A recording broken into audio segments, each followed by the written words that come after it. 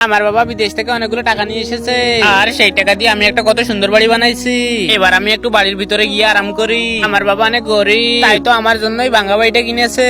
বৃষ্টি আসলে তো আমার গায়ে পানি পড়বে, আমি একটু ঘরের ভিতরে গিয়ে আরাম করি।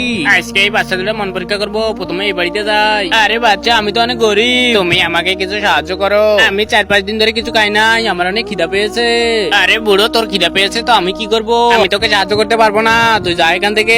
আরে বন্ধুরা, তারপর কি হলো সেটা দেখার আগে চলো তোমাদের একটা ম্যাজিক শিখাই। তোমরা প্রথমে এই ভিডিওতে লাইক করে দাও, তারপরে চ্যানেলটা সাবস্ক্রাইব করে শেয়ার অপশনে চাপ দাও, তারপরে একটু ডান সাইডে স্ক্রল করে আসো, এখানে দেখো মোর অপশন, এখানে চেপে ধরে থাকো আর এরকম একটা ম্যাজিক করো। এবার ওই বাড়িটাতে যাই। বাড়িতে কি কেউ আছো?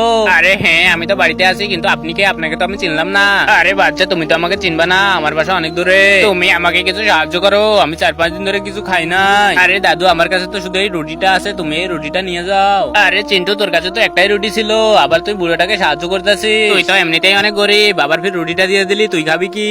আরে মিন্টু, তুই অনেক বেশি কথা বলিস, তুই তো আমাকে চিনিস না। আমি হলাম জলপরি, তোদের মন পরীক্ষা করার জন্য এসেছি। এই বাচ্চাটির মনটা অনেক ভালো, তাই আমি একে অনেকগুলো সোনা দিলাম, আর তুই অহংকারী, তাই তোর বাড়িঘর শখ আমি উড়িয়ে দিব।